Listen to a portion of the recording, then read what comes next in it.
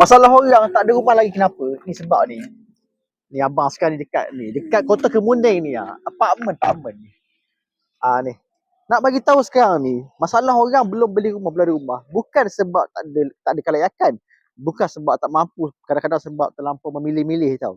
Terlampau memilih-milih. Kadang-kadang gaji 3,000, 3,500 kau nak beli landed teres 2 tingkat harga 500,000. Mana layak? Gaji 3,000 macam tu. Kau beli rumah macam ni je lah yang layak untuk kau. Banyak bunyi pula. Kadang-kadang duk tengok, tunggu, fikir-fikir. Tunggu rumah turun dulu, harga dululah. Harga rumah takkan turun. Ni Ni.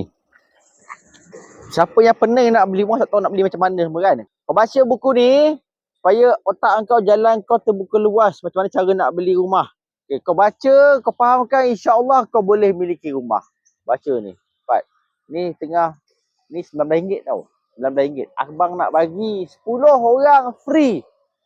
Orang lain lepas tu kena bayar. Tahu. Baca ni. Pendek gila, simple lah buku ni. Nipis je. Bukan tebal sangat pun. Nipis. Memang nipis. Baca.